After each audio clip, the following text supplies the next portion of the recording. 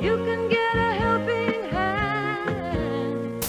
Courtney here. So good to have you along for this session where we're going to be talking about the different ways that you can get access to your user that go beyond the traditional user research methods and help you build up confidence in the solution that you're creating.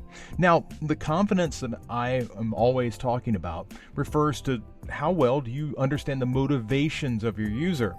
Now, there's a lot of different ways that we can get there, but we have to keep an open mind along the way. When you go looking for something specific, your chances of finding it are very bad. Because of all the things in the world, you're only looking for one of them. That said, I try to layer my research so that I'm not reliant on one method or one approach. As we know, things like user surveys are basically just junk data. Oh, I love trash. User interviews can also be problematic if we're not diligent about our approach. Asking the wrong question can guide the user, and then suddenly it feels like they're trying to give you the right answer. You're not just telling us what we want to hear. No, sir, no way. Because we just want to hear the truth. Well, then I guess I am telling you what you want to hear. Boy, didn't we just tell you not to do that? And then there are group sessions, which I really try to avoid because they oftentimes just end up in the land of groupthink.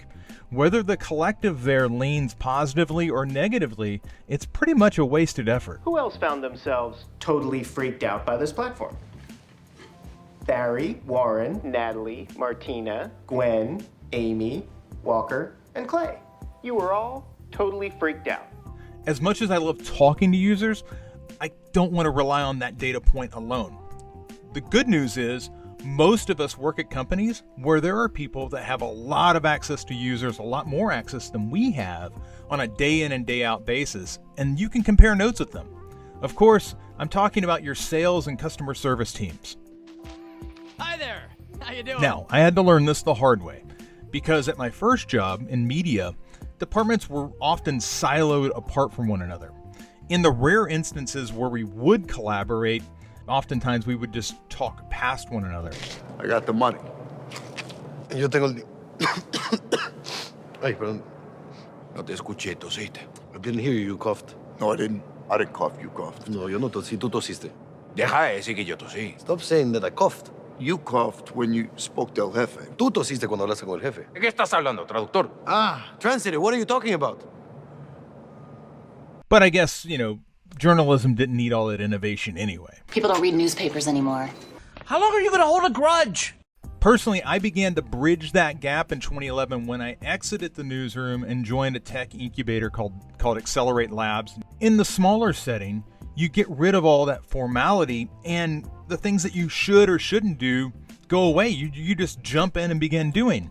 Now for me, one of the first things that I did was I began setting in on sales calls.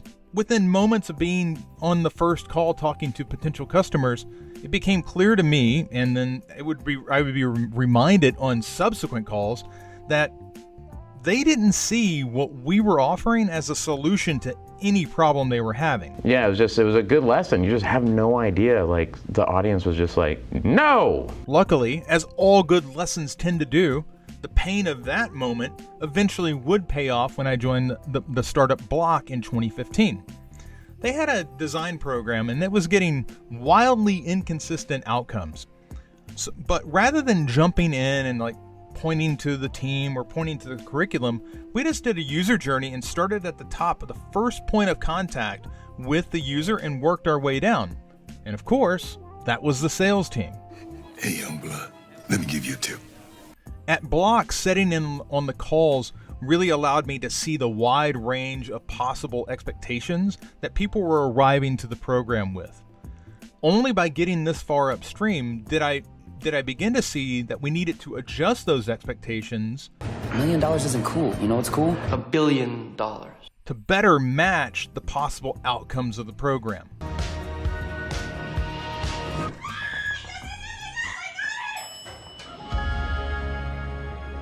But there was another team that existing users kept mentioning over and over again as being a key part of the experience, and that was the customer success team. Now, the reason these unsung heroes kept coming up was they were getting the calls from the burned out, the frayed, the stressed out user that was right on the edge of leaving. What?